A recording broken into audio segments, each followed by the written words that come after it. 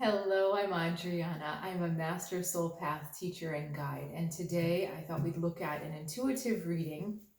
This is coming from my heart to yours, and we're looking for different perspectives, different ways of looking at your situation so you can help to bring in more abundance.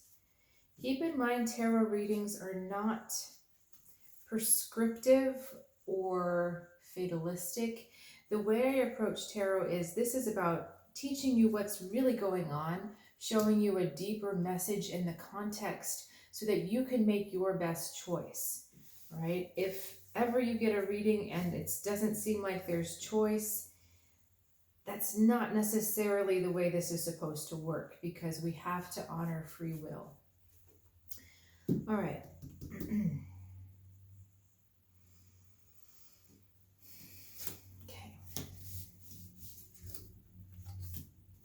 I'm doing my best to keep these cards as close to your view as possible, but I will show them to you as we pull them up.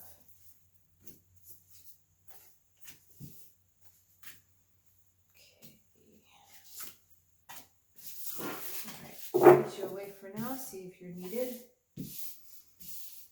All right, we're done with the housekeeping. Okay, Ten of Swords is our situation crossed with the Sun. And yesterday's reading, we talked about the solar flare a lot, and we're going to feel the effects of that at least for the next week. Okay. Wow. Okay. A lot of stuff going on here. All right. Situation here, we have the Ten of Swords. And this is also the energy that you're feeling right now. Ten of Swords really talks about a multiple layer death or a multiple layer release, where you have to release so many things that were connected with an old situation or an old way of seeing yourself. So sometimes people say, well, Ten of Swords is like the end of a relationship, but what does that really mean? When you end a relationship, you end a phase of your life, you end a persona, you end a pattern of behavior, you end all these different things. And what I feel like with this Ten of Swords is that there's multiple things that you're ending. And we have the rainbow in the background, which is it's like the 7 chakras. And so there's a sacred kind of rebirth that's happening at the same time. But this is a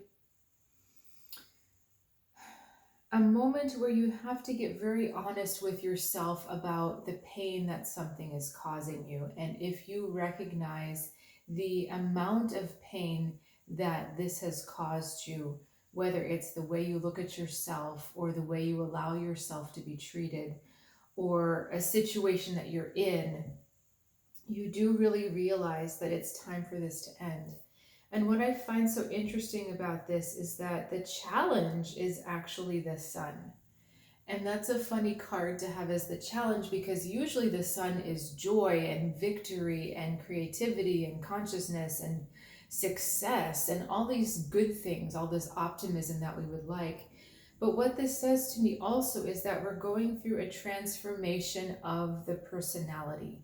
Because again, Sun is like sun sign. That is the core astrological component of your soul's lesson here. Let me say that a different way. Your soul's lesson is often described and encapsulated by the sun sign as well as other things in your chart. But the Sun is like the core, just like it's at the center of our solar system. It's at the center of your growth journey. And there's a part of your personality or your ego that really has, like, its time is up. We've gotten as far as we can with it, and it's really time to let it go. I feel like we're still in kind of a transitional period with this, and I'm not sure that all of you have really recognized that it is time for this part of the ego to go, but you're in the process of recognizing it. Now, the reason why I'm saying that is because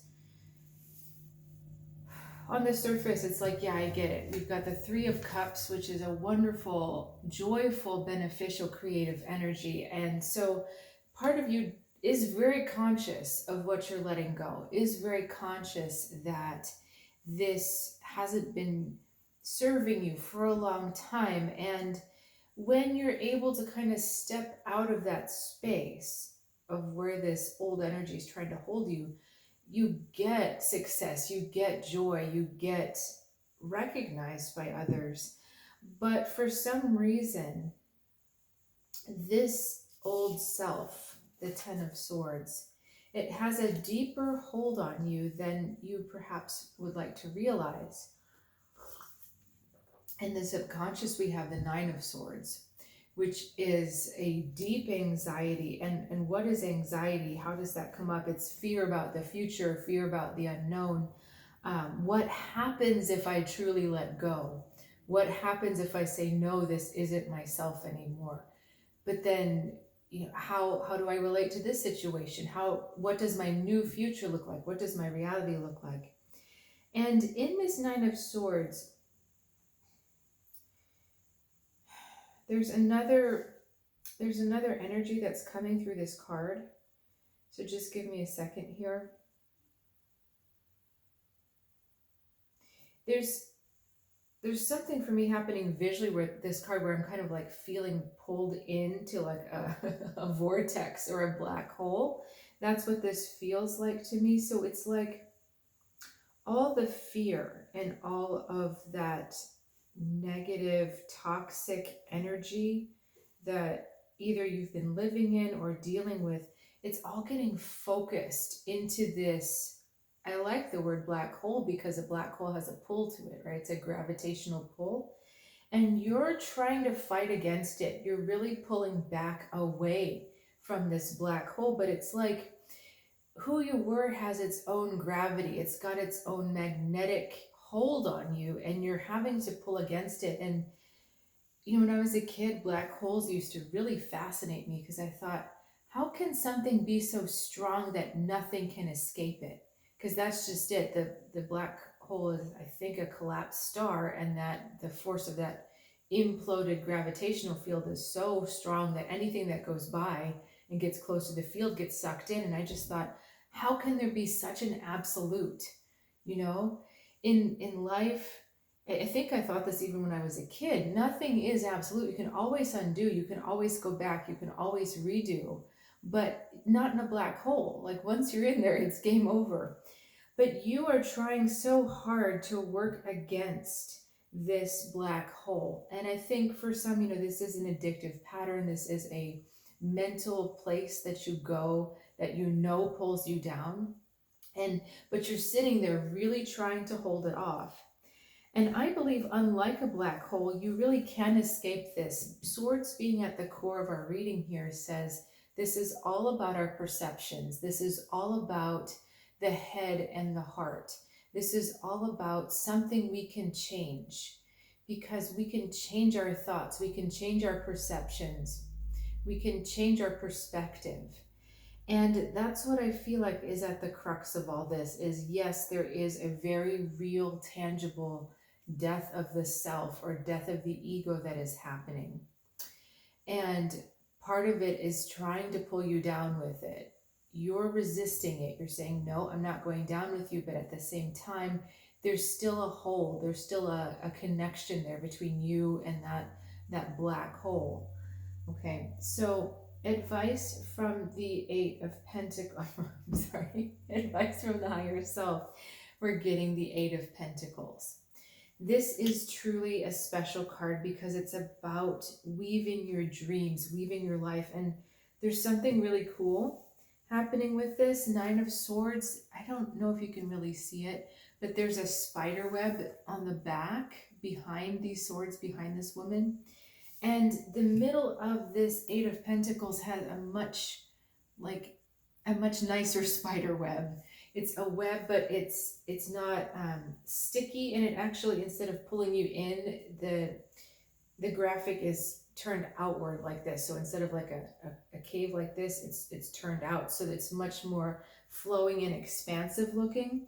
So this is about weaving your new reality. So when that ego self goes, you're not just like a hermit crab without a shell. You're not naked and vulnerable. You're actually in a spot where you can start weaving together your future exactly how you want it to be. Okay? And that's what the ego death is. It's lightening up of the density. It's releasing of the heaviness and the negativity that keeps you from really being able to connect with that higher vibration creative self. And I think that's why the sun was also crossing us as the challenge is, how can you connect, how can you tap into that creative self?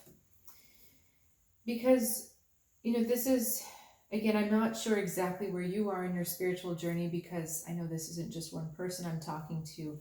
So I'll just kind of put out this basic information. We come here as light beings that are fully understanding of light and creativeness and love, and how you can basically make and be anything you want to be. But then we come into these dense bodies forgetting all of that, forgetting that we are pure love, forgetting that we're connected to something higher. And our work here on earth is to release the illusion, release the density in the body, so that we can become that creative, light, loving energy on earth to make different things, to shift the energy of the earth, to shift the energy of other souls, to shift the energy of our soul. And so, this is very esoteric. And when I do readings for clients, we do get into the practical about, well, how do I do this in my daily life? But right now, what I'd like to convey to you is that the release of the ego, the release of the old, the release of the self and the words that kept you small, that opens the door. And it actually creates a future where you you actually know more than you think. So whenever we release a toxic pattern or a negative thought or a negative relationship or an unhealthy self-esteem or a low sense of self-worth, whenever we release some of that, we reconnect with more and more of our light. And our light already knows how to do everything we need to do here. It already knows how to love conditionally. It already knows how to create without limits, how to create all possibilities, how to create without what ifs or buts, or but it can't. It knows how to just create boundlessly. And so actually, when you release the negativity, you've already been that you've already been that creative person. You've already been that loving person. Your soul already knows how to do that. So you actually know more when you release what you think you need to know. I don't know if I'm explaining this well enough, so I'm going to try it a different way. Anxiety says to me, I need to know more. I need to understand more. I need to have a clearer idea of what's in front of me so that I can feel safe, so that I can feel secure. So it's very thought and mentally driven. It's information driven. I need to know what's going to happen, or I need to know how this is going to go, or I need to, it's the need to have more information, right? And so when we hold on to anxiety, there's no amount of information that will assuage it. When we hold on to that fear, there's nothing that can come in that's going to make that fear go away until we choose to release that fear. And then we actually become what we remember being, which is expansive, which is more loving, which is unbounded in the creativity that we have. So the paradox here is that you'll actually know more if you let go of the desire to know more. That's what I'm trying to get at, right? So the Eight of Pentacles is that freedom to create, and that knowledge that you weave this tapestry one thread at a time, one thought at a time, okay? Because spider webs, which are also on both of these cards, 8 and 9, spider webs are about telling stories.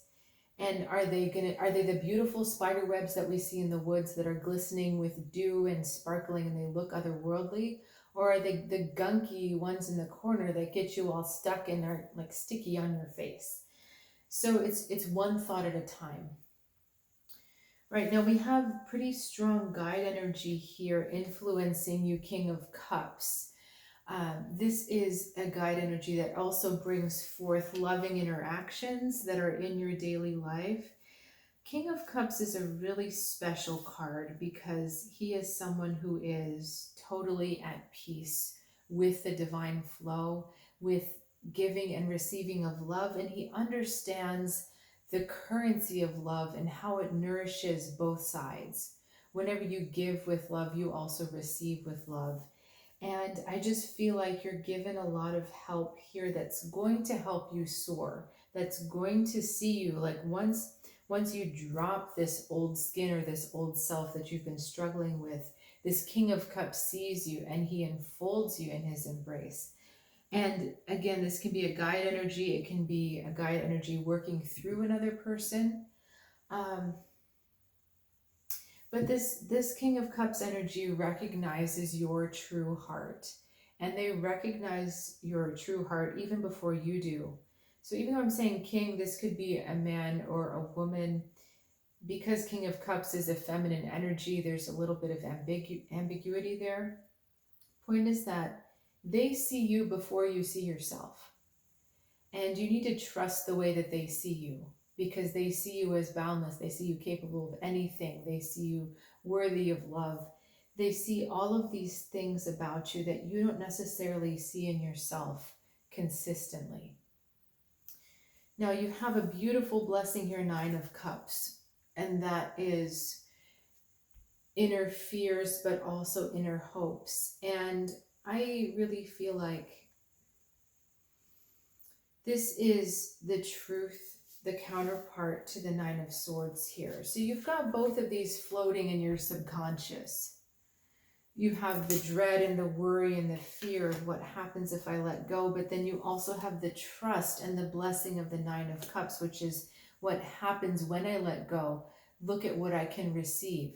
This worries about what will happen to me. This trusts in what is the benefit and the good and the beauty that is coming to me. And so, whether you're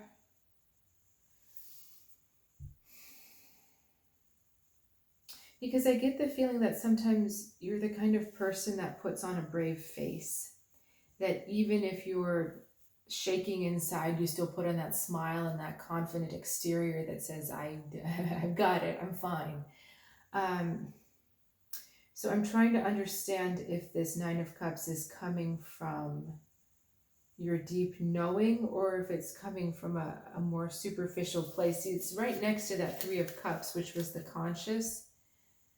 And so, are these two feeding each other or what's happening here?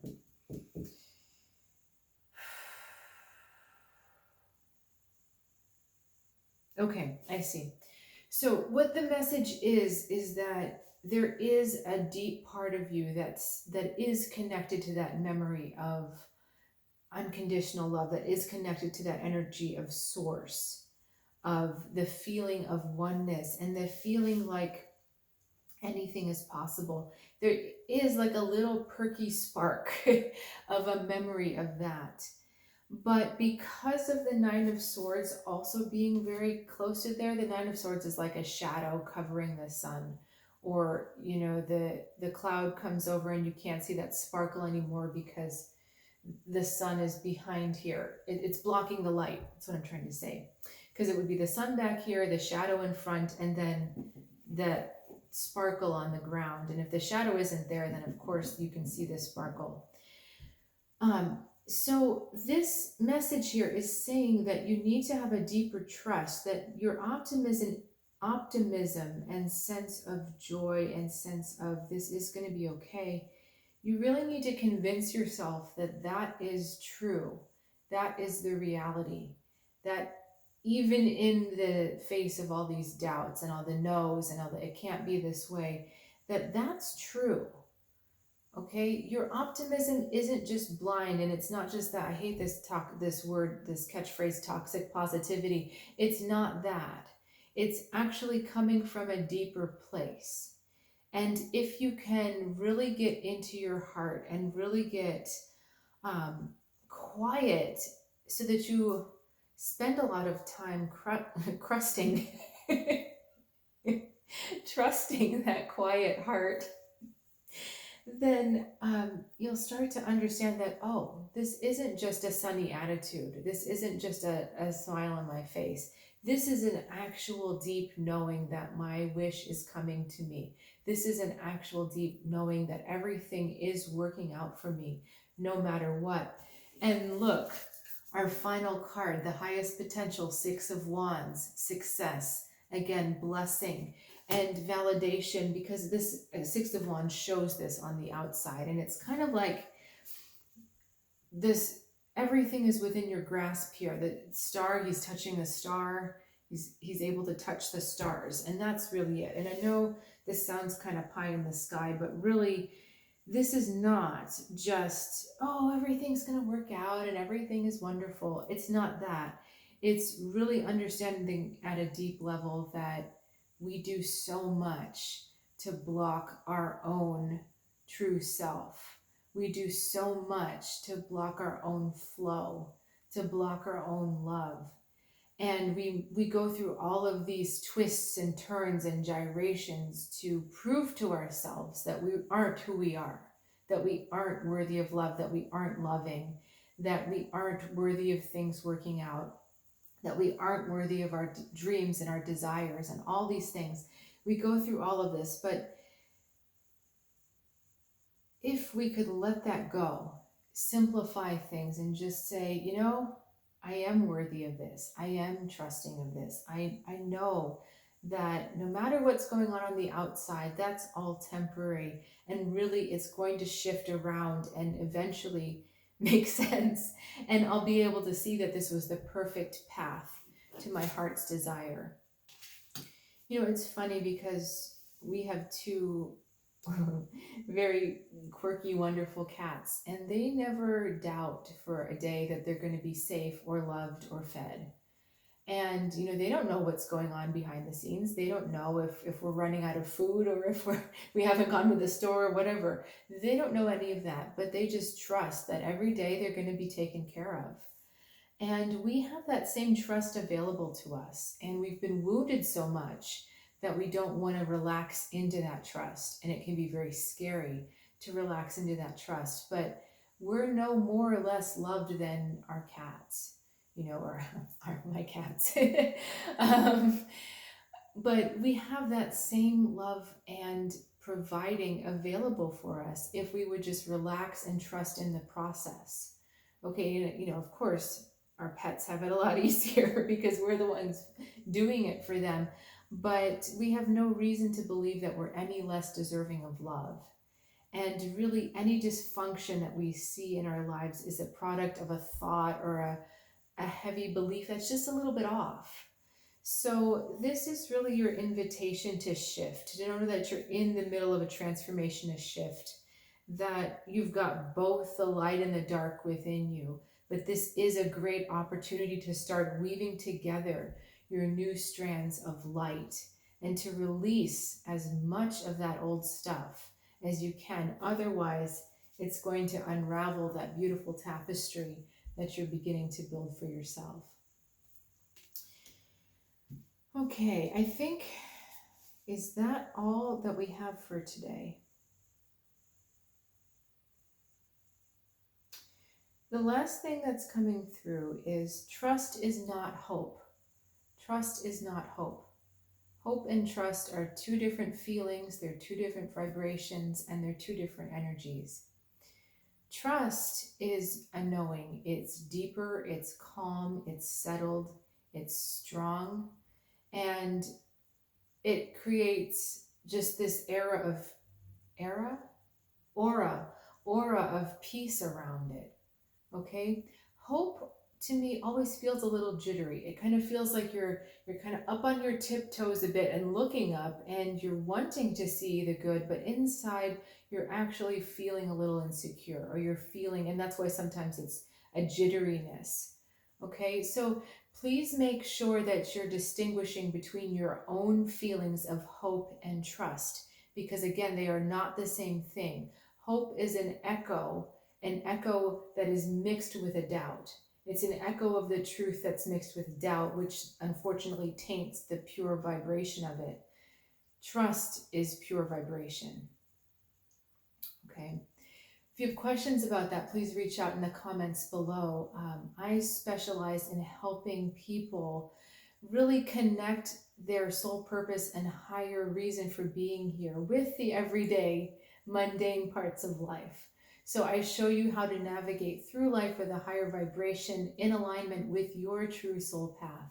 So if that's something you're looking forward to or looking for, please check out my website or get in touch through email. All the information is in the description below.